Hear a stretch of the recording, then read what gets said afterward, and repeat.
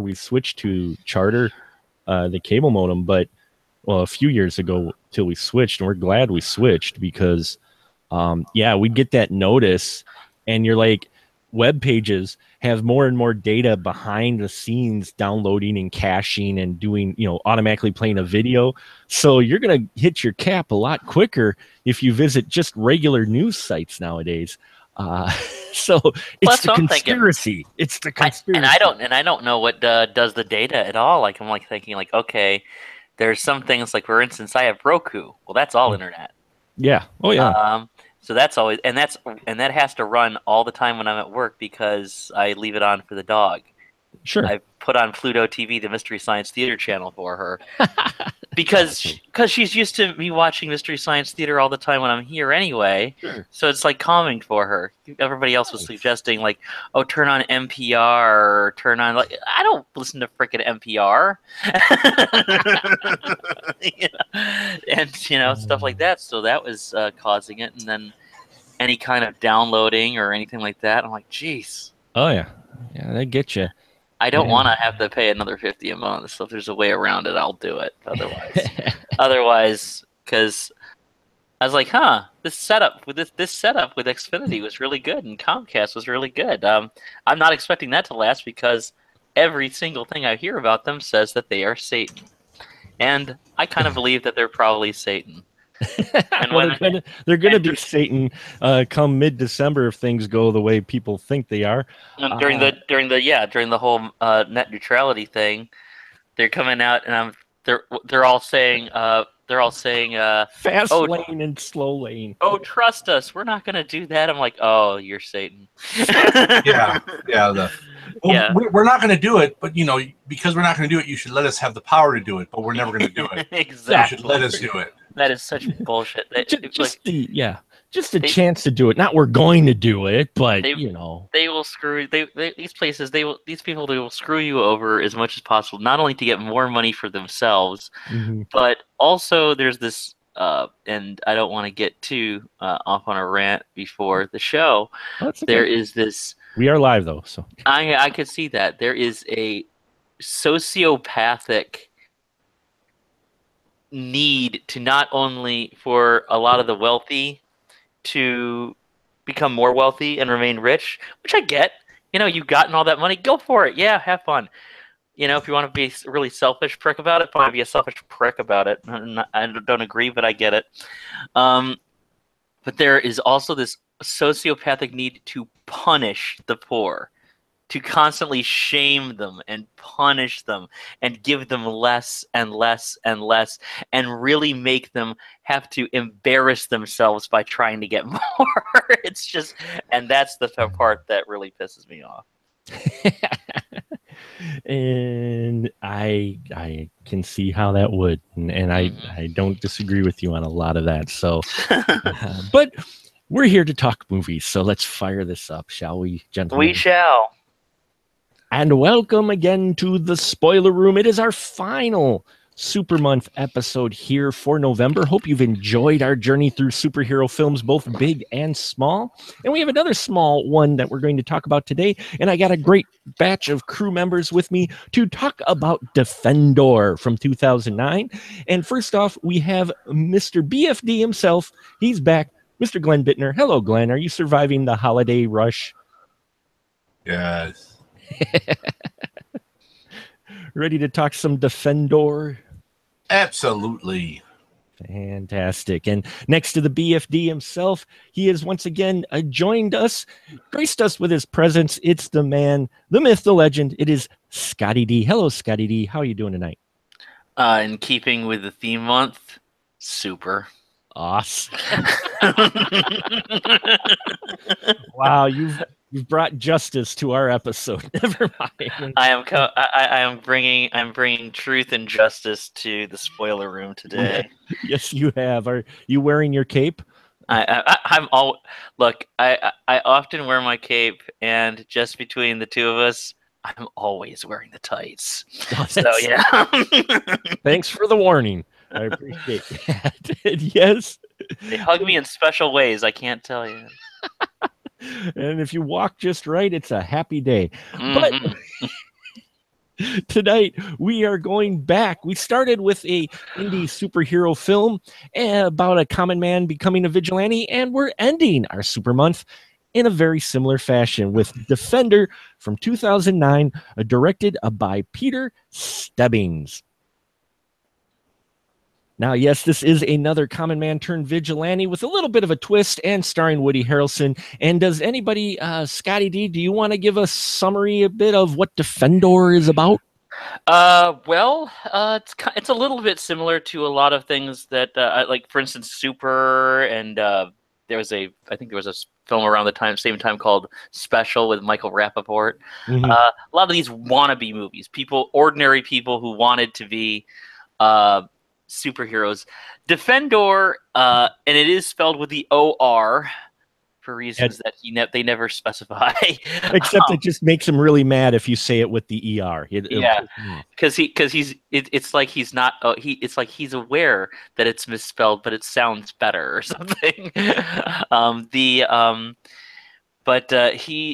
is a story of an ordinary guy named Arthur Poppington, played by Woody Harrelson, and he also wants to be a superhero, but he feels a distinct need to be a superhero. Unlike some other movies, say like Kick-Ass, where it's like just about like some alienated youth who read too many comic books, or Super, in which he has had like a vision that saves him from his dead-end life following the split of his marriage. The Arthur Poppington character is obviously from the very first scene is mentally ill, is somebody who has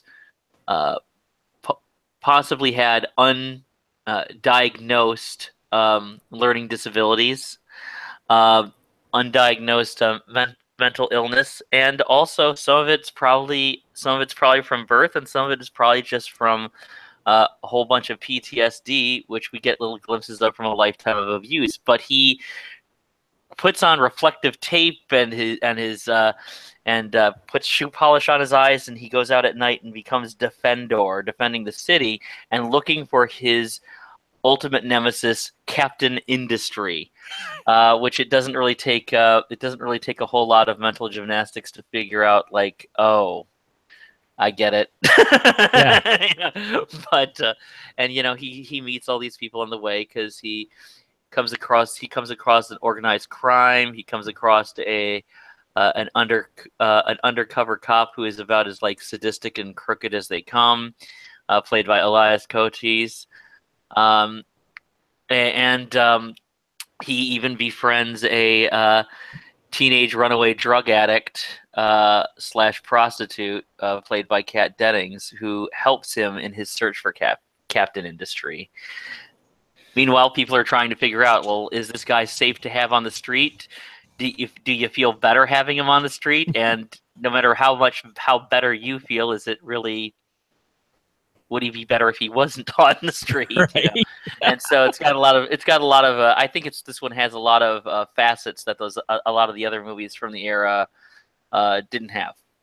It is definitely a layered vigilante superhero film, if you will. Mm-hmm. And we'll get into that, as well as kind of the unusual tone this film takes. But we'll get our initial reactions as always. Glenn, when you first saw Defender, did this surprise you? How'd you feel about it? When I first saw this one, I liked it, but I was also it's billed as kind of like it's supposed to be like kind of like a dark comedy. It really isn't comedy really at all.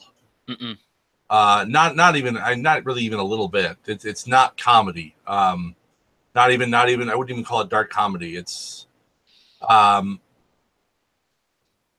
so that kind of threw me for a loop. But once I accepted that, I seem to enjoy it a lot more. Mm-hmm. Though I also feel at times it is a bit melodramatic, perhaps. Or sappy. Yeah. But I still enjoyed it. Sure. And Scott, how about you, sir? Well, I mentioned a lot of the other movies that came out around the time. Kick-Ass wasn't crazy about. Super, I really liked, except for the little twist with the Ellen Page character towards the end. Could never get over that. Special, never saw. Lots of these little movies came out around the time.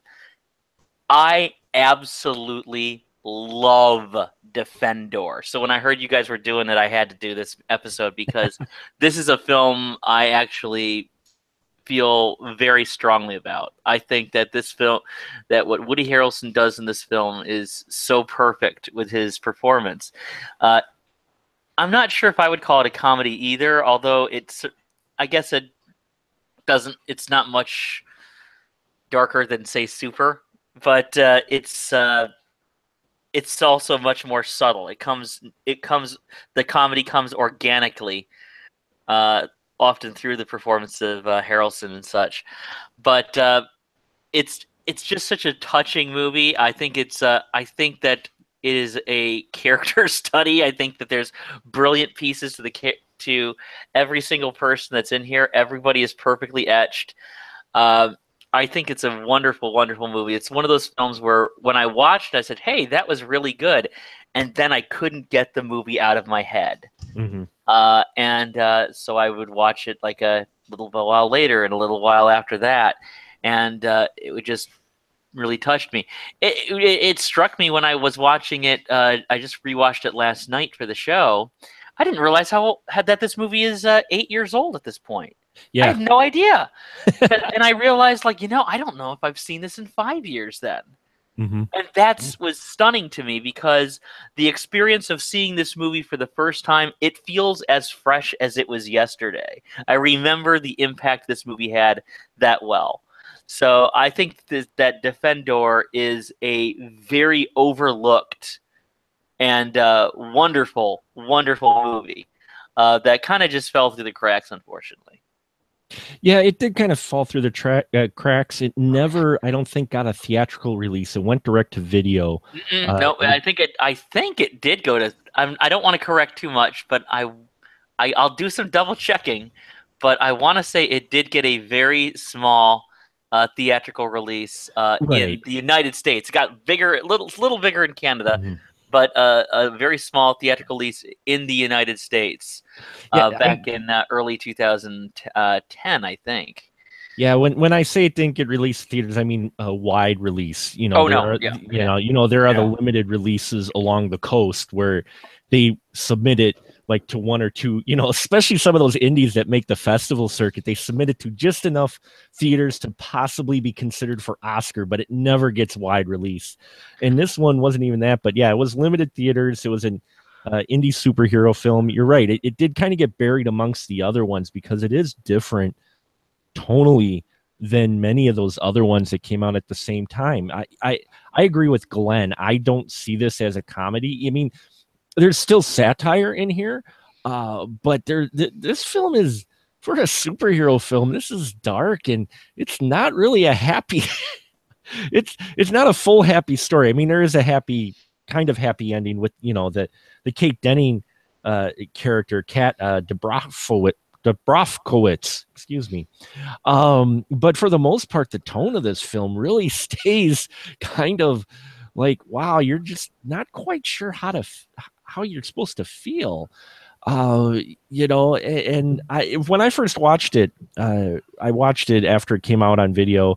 I was looking for video, movies to watch, different superhero films, and I watched this. And I will say that I went into it, and yeah, it didn't quite hit me. I liked Woody Harrelson's character and all, but I was like, watching it now, I have a bigger appreciation for seeing what they're doing in this film. And yeah, there's a lot of layers. There's a lot of depth in here. It's trying to say a number of things in here. And I think it does it fairly well. It does get a little bit too melodramatic. And I think, I get the feeling, though, they weren't.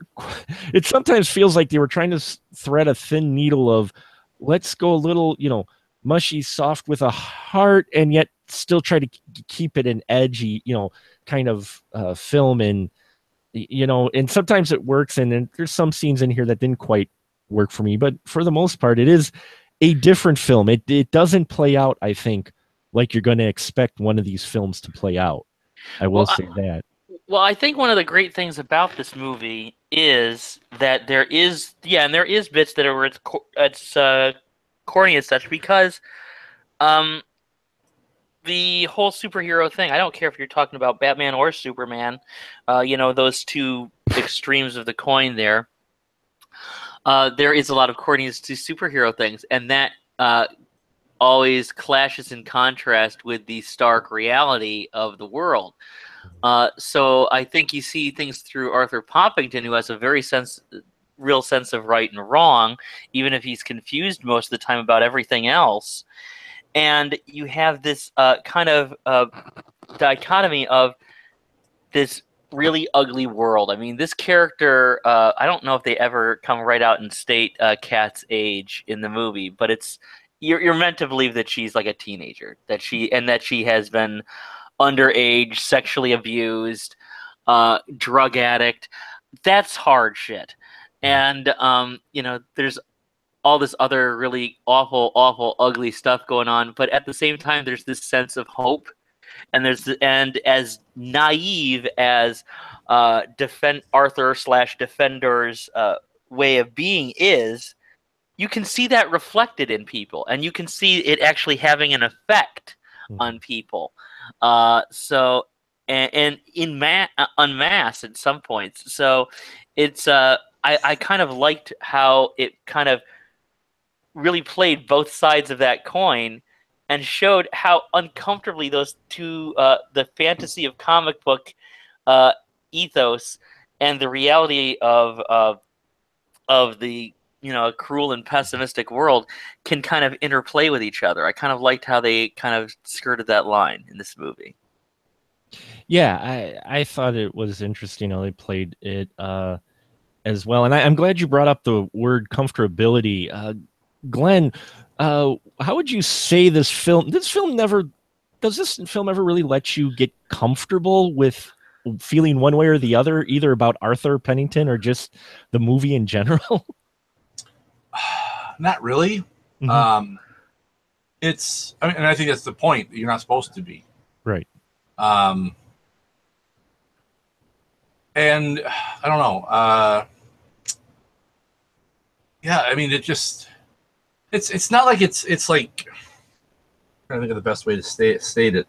It's not that I don't know if I caught so much that you're uncomfortable, just that it's just you're always waiting for that other shoe to drop the whole movie. So, and in that regards, a little bit at the end, it isn't a surprise how it ends. Mm-hmm. It isn't in just, you know, on how the character's portrayed and and how the story goes. It is in that, you know, it doesn't follow the cliched Hollywood norm of, you know, but you know, oh look, last second he was wearing a bulletproof vest, he's fine, yay, and then he can go, you know, and live with his friend and their family, and then he can, you know, hang out with Kat as she writes her stories, and everyone's, you know, happy and lovely. So no, it doesn't end that way. Well, he thinks he's bulletproof because earlier when he crosses paths with organized crime, he ends up crossing paths with an undercover cop who's infiltrated this organized crime, and he gets shot, but the cop has rubber bullets in his machine gun. So after he survives that, he thinks he's bulletproof. And as you can imagine, near the end of the film, he finds out not so much. Mm-hmm. But he also proves his own point. You know, what's he say? He always says guns are for cowards. Yeah. And he proved the point, because even while he's laying there, you can they rob you of actually seeing what happened, so you have to figure it out through exposition at the end, because the focus is always on him, not the villains, and you can hear what's happening in the background, and you hear that because he did delay them, and because he probably called attention to himself, you know, he wound up still, you know, playing his part. Yeah, he still got the bad guys just indirectly. He at that end scene, he's laying out flares as he's going along, and yeah, you're right. He does delay the big crime boss, Radovan Kristic, played by AC Peterson.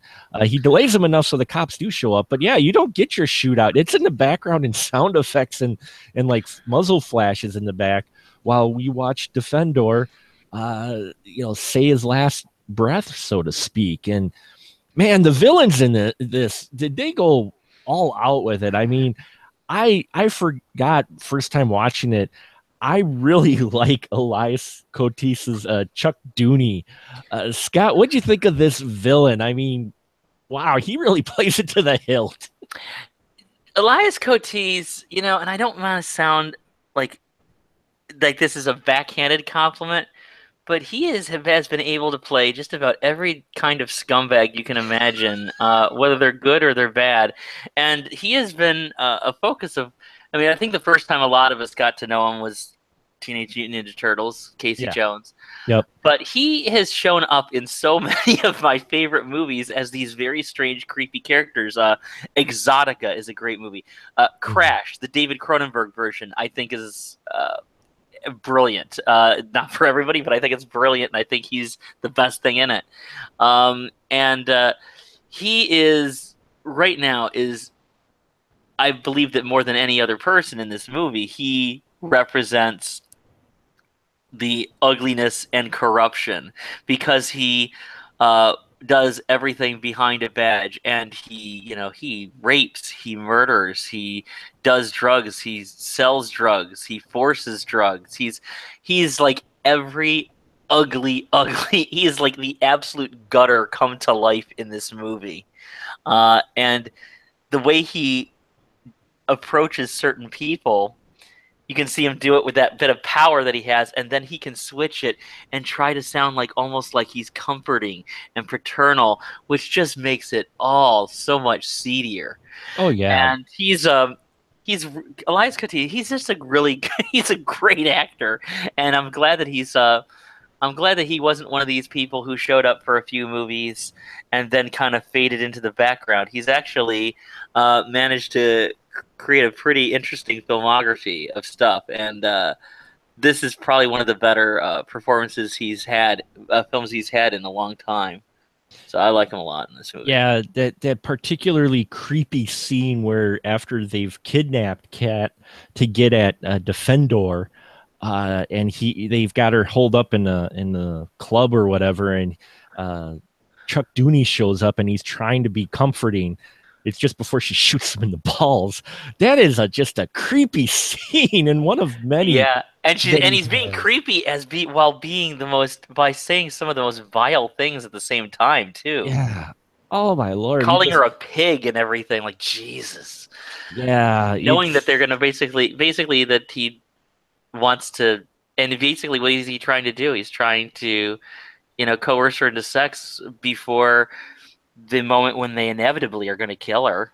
Yeah. I mean, it's oh my God. And his character, you wouldn't put it past him to kill her while they're having. This guy. No, he is without any redeeming values whatsoever. Just the offhanded comments, hearing that he has a wife and daughters is creepy. And so when you hear that he doesn't have custody of those kids, you're just like, "Whew, thank God!" It's like, oh my God. Well, and I think they do that because I think Woody Harrelson's character, Defender Arthur Pennington, is supposed to be the pure one, if you will. I mean, he never does anything with Kat at all. Even when she offers, he's just like, no, he's pure in his drive and his mission to get Captain Industry. So I think you need that villain who's just the mirror opposite, who is from like the dread. I mean, just a gutter character. Glenn, how'd you feel about Chuck Dooney in here and his villain? Utter sleaze. Yeah. And perfectly sleaze. And though you can tell that I don't know, I don't remember if he's a captain or whatever, his boss obviously knows stuff is going on. Yeah. Because I mean, it's like he's so sleazy, he doesn't, and so dirty. It's like he doesn't even really try to hide it. Mm-hmm. I mean, it just oozes out of him. I like that. Well, that's because he feels he's got the protection of the bikers and you know the what was it, Syrian? Was he supposed to be Syrian or Russian mafia guy?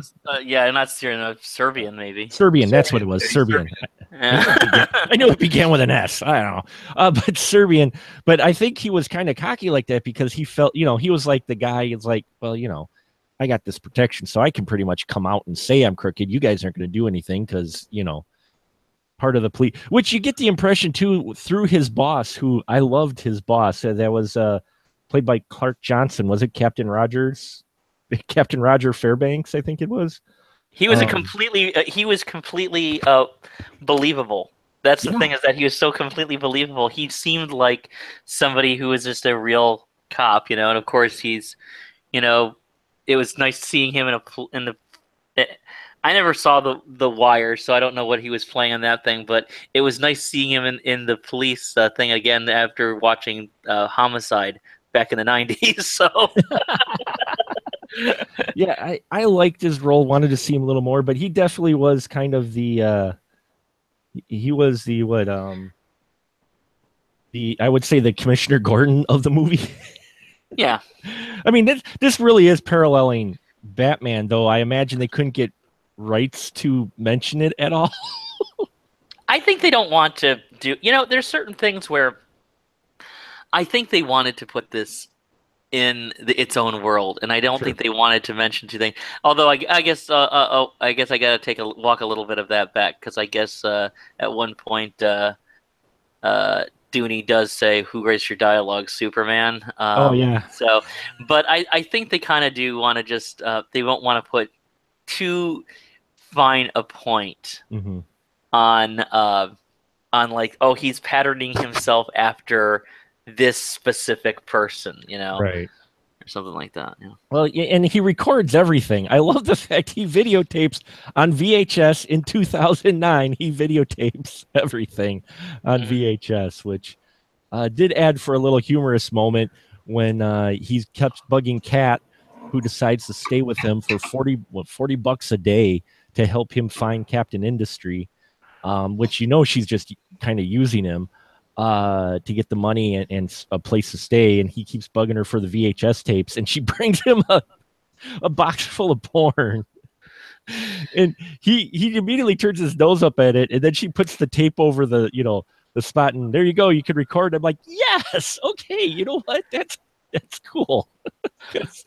You know, I'm like, who hadn't done that with their VHS tapes of a movie? All my tapes had the tabs removed, and then they all had the Scotch tape put over them. So, I mean, you get some fun moments like that, but yeah, you know, I just the villain was a perfect counter to Defendor. And Glenn, do you think that they were kind of? How do you think they handled the his being mentally challenged? Did you ever feel like it was being exploited, or do you think that was just maybe his characteristic, and that they tread that fine line of not making it like offensive to those who are mentally challenged? It's hard for me to say because I'm not. Right. No, I'm just saying for the perspective. But I think they did from you know, from whatever my, you know, personal life experience or whatever opinion might be, I think they did a decent job with it. I didn't think they were trying to make it, which I think is actually good that they didn't go the comedy route, because then it could be more that they were, you know, making fun of this guy who thinks he's a superhero, as opposed to, you know, just having someone who has this condition and is, you know, just thinks he's a superhero. Yeah. So Yeah, I think it was almost making a statement too about, people who are in that type of situation, who slips through the cracks of the system, because he is one of those guys who should have gotten help, and I think they even addressed it at one point, but he never did. Scott, do you think they handled his being mentally challenged? Do you think they handled it well within your understanding? As well as they could without it completely taking over the movie. Mm-hmm. Because everybody else means well and they want to get him help. But what kind of help would that be? Of course, when he finally does get help, he retreats it himself, and I guess they're hoping that eventually he'll come out of his shell. Um, well, that and the other plot twist that happens at the same time. But I mean, basically, without this, he doesn't feel like he is anything, and they right away you get because it goes back and forth between this interview session with a psychologist played by Sandra Oh, and proof showing how much I like this movie. I even liked Sandra Oh in it, which is saying something. I really don't like her that much in most movies. Um, the but but they go through the whole process of when he is finally captured and they're trying to get him treatment. But look at that courtroom scene. That courtroom scene is great. He's obviously doesn't know what's going on, Mm-hmm. but they still try to move things along. They try to give lip service to that. They're still making jokes. They're laughing.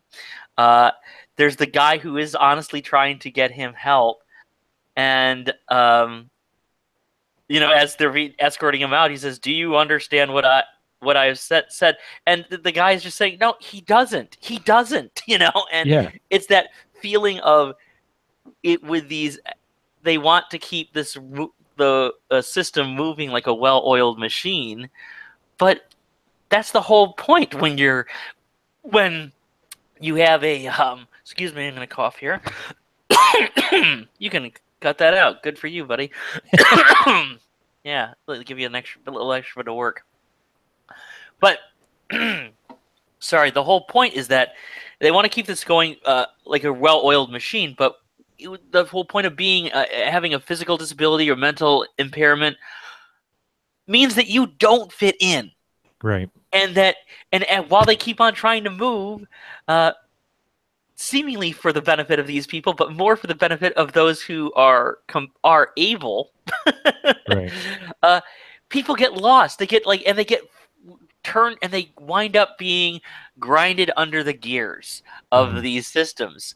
I've seen it happen a million times, and it's so frustrating. And I think that the helplessness and cruelty of that scene is really exemplified well through in this film. I think that they do that very well.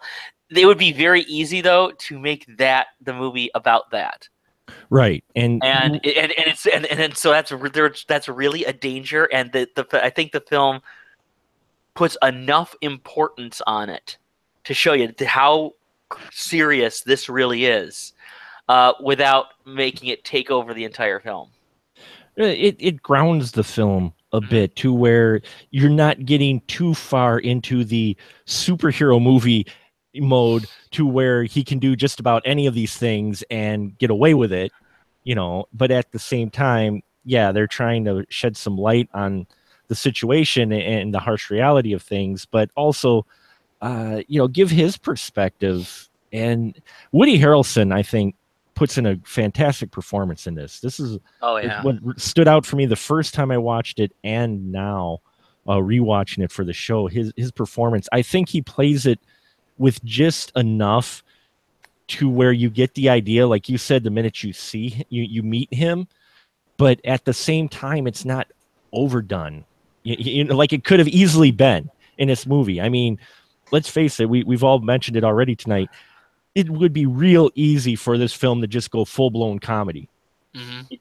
That'd be the lazy way, and it'd be the the less enjoyable way, I think, if you tried to just make a whole comedy and about, here's this guy who is mentally challenged, who's doing this. But, I think it's showing that what can happen to someone who is let this, is missed by the system, basically, or not looked seriously upon by the system of needing help, and they end up turning into a vigilante.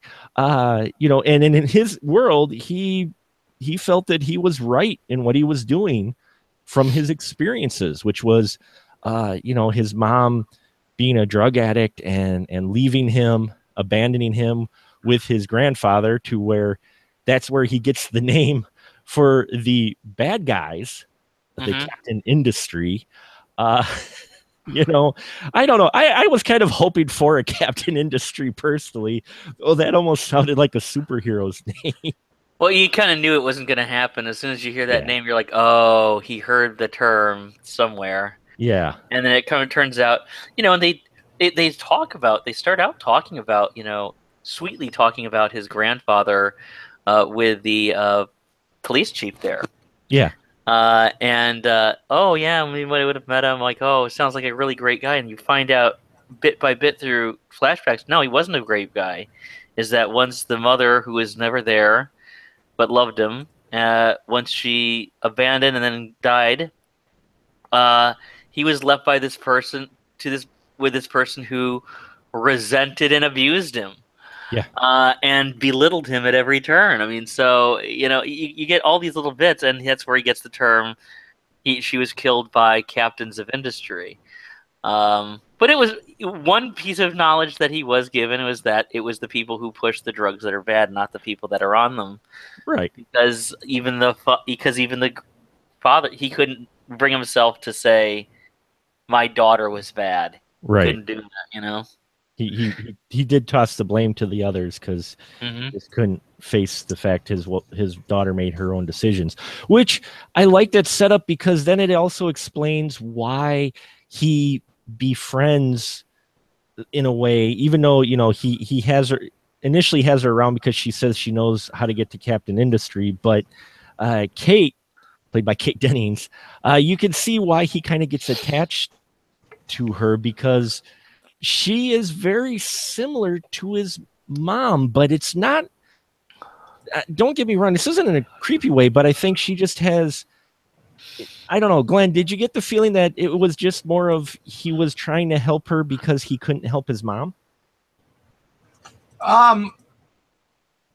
Partly. I mean, I think it's also just that he helps people. That's what he does. That's what he wants to do. And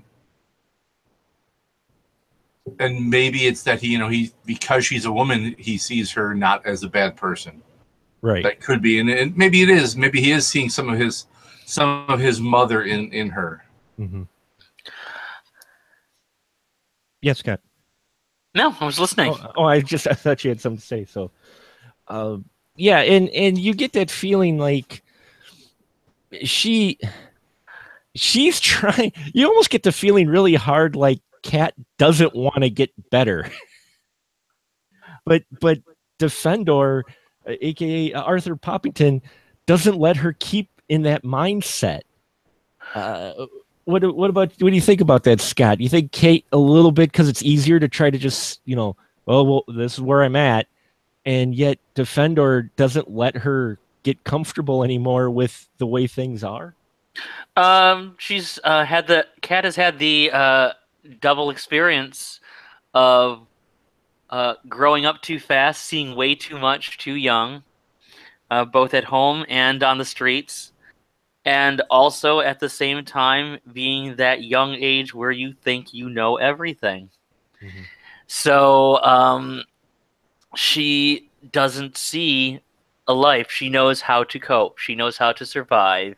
She steals. She cozies herself up to people who can support her. And she always escapes through the drugs. And she gives a perfectly reasonable explanation that she doesn't do it for completely dissimilar reasons as to why Arthur feels the need to dress up as Defendor. It escapes who she is. And So yeah, of course she wants to escape. This is her comfort zone. This is what she knows. I know this, and I know that I can stick doing this, and this is will offer me some illusion of comfort until I inevitably wind up dead, which will probably be sooner rather than later. That is, that's the thing that she's done, and of course Arthur has very naive bits. He calls her, very. He says, "Oh, you should be here." Want to be you because you're very pretty, and that's kind of a condescending. It almost sounds offensive, but he's just really naive and everything, and it's kind of one of those things that he says. So you have I like that you're talking about the parental issue, because it's like there's a two-way thing. It's like his mother was a drug addict and a prostitute, and she got away. So now he meets this person that he can almost be almost a parental figure to, who is also a drug addict and a prostitute. But of course, inevitably, because Arthur is the way he is, she also it goes both ways. Each of them winds up being a parent and child to one another at various points. I mean, and so there's a lot to that relationship. But she absolutely feels she. You say that you don't think she wants to get better. She does, but she doesn't think that's in the cards for her. So she doesn't really know what she wants. I've certainly known a lot of people like the cat character when I was that age, and I could tell you almost to a one that's exactly the way they were, and that's what they thought they felt, and it wasn't real. So. Yeah. So how do you feel about that, Glenn? He just equated comic books with smoke and bling. No, just kidding. No. well, I could. I'll tell you. There was a while I was starting to buy every comic book on the planet, and I had to quit cold turkey because I thought, like, geez, this is like way more expensive than any other habit I ever developed. So. Yeah, they can add up, man, fast. Oh my god! I almost lost every cent I had for a while. Hi, I'm Mark, and I'm a comic book addict. Hi, Mark. No, just kidding. But, yeah. Thank God for the new 52. I could just stop reading and not feel bad about it. Nice. It's like, nope, I'm not really missing much. But with this movie, it's an interesting film, I think. I think it's an interesting take on your superhero film when it came out. I'm going to go down the row and see if there's something that our fine folks here want to talk about that we may not have mentioned so far. Because this film, it's not that particularly long, which was a good thing. I think if it went longer, it might have got a little bit tedious, but it doesn't. It clips along nicely. But we'll start with you, Glenn. Did you have something maybe that we haven't touched on, or a character or something that you want to talk about that we haven't yet? Not especially. And Scott, how about you? I'm sure you probably have something that we may not have touched on you want to talk about. Way to fish there, buddy. But no, no. If you don't, it's fine. Like it's I'm sorry. I just was. I think you touched on some good points, and I'm just here basically to help preach the gospel of Defendor, because this, like I said, there was a lot of movies around this time that came out with the same plot. Kick-Ass. Oh, Kick-Ass is a great movie. It's not. It's not. Chloe Grace Moretz was good in it. And Nicolas Cage was good in it. The rest of it, not so much. Mark Millar, I don't like him. Special, as I said, I can't really comment on. Super, I thought was really good, but I had issues with. Defendor, I think, was the one that no one noticed, and I think if people saw it when it first hit DVD, I know that thing just sat on that shelf. While people rented Kick-Ass. Yeah. And when I was, because it came out when I was working at Video Oasis, which is Blockbuster. But I think this is one that just fell through the cracks, and I really hope people find it, because everybody is so pitch perfect in it. The way it etches its characters is so heartfelt.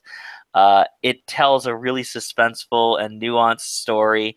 I mean, this is a guy who is so simple that he gets a threat not to go to the police, or his friend, because his friend has been kidnapped, and he's told, and the message says, "Talk and she dies." So what does he do? He doesn't speak At all, ever, at to all, anyone. at all, because he doesn't get the where the line is. Mhm.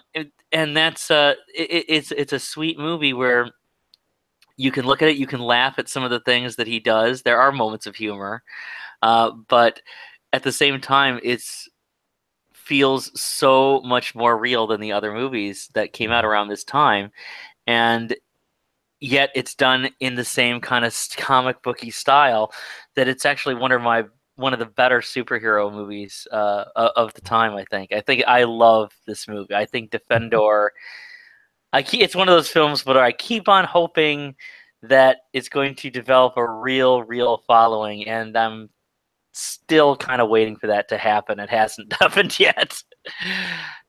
One of the things I liked about it too, and like I said, we'll wrap it up because we've covered the film pretty well tonight. But one of the things I did like too is, outside of the flip phone, this film easily could come out today with the big superhero hype, and it would still work. It's not dated because there's no heavy special effects. I think, pretty much all the references they make could still be applied today, including the VHS and the joke, "You're still recording on VHS, really?" A lot of it could still apply to the superhero fans of today. So I think the final question we'll land for the evening, and we'll start with Glenn, is, for Defendor, would you recommend it to someone looking for other comic book movies out there that might be different? Oh, I have recommended it to people. Mm-hmm. I've recommended it numerous times. Generally, when people tell me that they're tired of the Marvel and DC stuff, I'm like, dude, check out Defender, check out Super, check out some of these other movies that are out there that are different. Mm-hmm. Yeah, and I'm glad you guys. We've mentioned over this whole month, actually, occasionally we've dropped the word special, which we almost covered this month. I've not seen it. I could, and we may cover it if we do another superhero month, which we probably will, because there's just a little shortage of superhero films. But Glenn, you remember? Did you see Super? Because that was a trivia movie. Did you watch it? I mean, not Super. That's with Special. Rappaport, isn't it? Yeah, Special. Yeah. Special. Yeah, and that, I'd say, would probably be the closest film to Defendor. In a lot of ways, with the way it was handled, wouldn't you say, from what you remember of it? Yeah. There's definitely some similarities between the two with that, and the character who thinks he's a superhero as well, but for a slightly different reason than Defendor, but still very similar. Oh, there we go. Now we need a special Defendor crossover. No. Which, no, we can't do because he's dead. I know. But hey, comic books, anyone can come back. But and Scotty D, I'm sure we already know your answer. That would you still recommend it to people today? You obviously are definitely a champion for it. But I recommend this to anybody. I think that it's a surefire way to not only discover something new and discover new talents. I think it's a way to rediscover people that we do appreciate, like Woody Harrelson. Kat Dennings did this just a couple years before she got that sitcom, which I think was not a great show. But I always no, I never liked. I always liked her in the movies, though. I liked her in films like this and Nick and Nora's Infinite Playlist and everything, and I thought she was really good here. And Elias Cotees and everybody else. It's just this film. It's a tiny little film, and it seems to have so much heart to it. I really love it. And the one thing I want to stress, because we talk about how things are cliche and stuff, and how it is darker and everything like that, but this has something. A lot of superhero films, whether they be these quirky ones that we were talking about, or whether they're the big, huge, epic ones, we're starting to get a little more back to it these days, which is nice to see. But this has something that a lot of them weren't having for a while, which is hope. It has a sense of, it really has a definite sense of justice, a definite sense of right and wrong, and it has a sense of, you know, even in the darkest times, there is hope. There is a light to get, you know, like the Leonard Cohen says, you know, there's a crack in everything. That's how the light gets in. Yeah. I loved that about this movie. So that, you know, say if I watch a movie like Super, I think, wow, that was a really good movie, but I don't really necessarily feel too good after watching the movie. You know, same thing with even some of the big budget movies. You know, Sure. like, okay, that was enjoyable. I don't really necessarily feel good at it. This one, even with its melancholy ending, which seems like a downbeat ending, there is so much hope in the character. There's so much hope at the end that I always have like a smile on my face when, you know, the last shot comes in and there's the thing buzzing around, and all of a sudden it goes into the metric song, and I always have a smile on my face at the end of this movie. It's a great movie.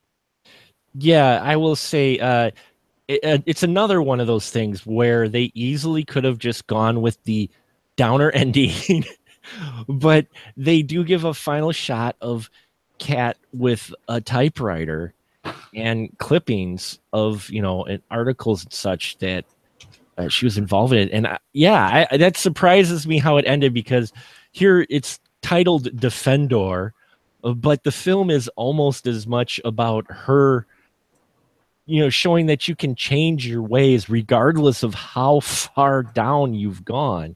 You can change, and you know, it is possible. And you're right.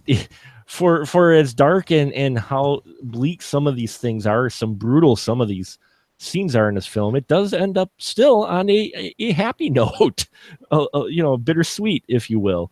And I like that as well. That surprised me. So I too would recommend it to comic book fans of today looking for something different. If you're tired of CGI Fest, which seems to be getting bigger and bigger. No, I have not watched the Infinity War trailer yet, but It does look amazing, I will say that.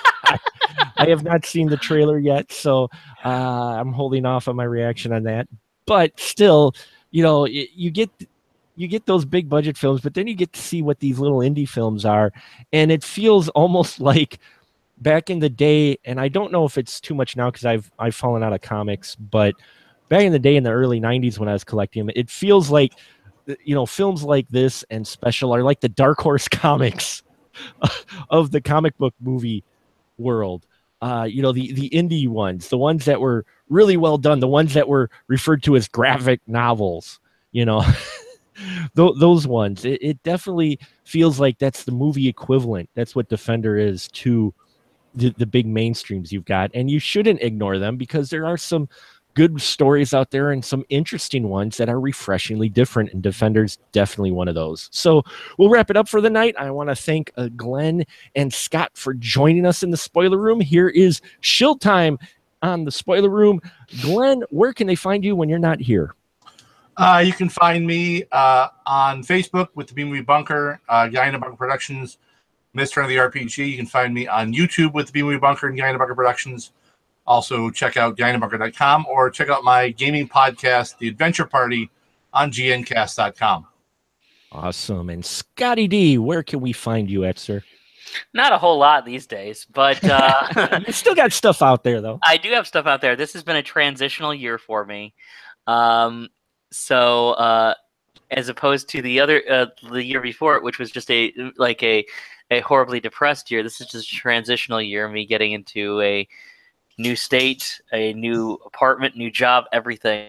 So everything else kind of went on hold. I'm hoping that next year I will get things back and moving again. In the meantime, you can catch out all my old stuff at movieocrity.com. And you can also check my web series, which is on YouTube, but the better place to find it is vimeo.com/channels/movieocrity.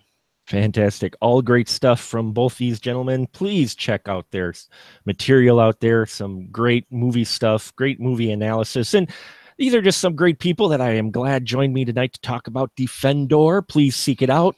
And if you have, leave us a comment. Yeah, we're out there on the webs as well. We appreciate you listening to our little podcast. December, we don't have a theme month. It's a little bit random, but we are covering a film next week in our next episode that I have not really, I don't think, watched in its entirety in one sitting, so it'll be interesting.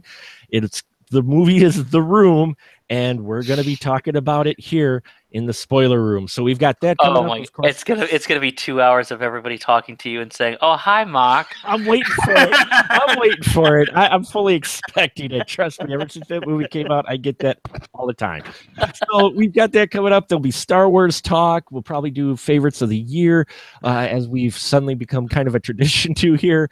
So we got a lot of great stuff in December. So please subscribe, like, comment, and hang around here in the spoiler room. We appreciate all of you. Now say goodnight, gentlemen. Good night, gentlemen.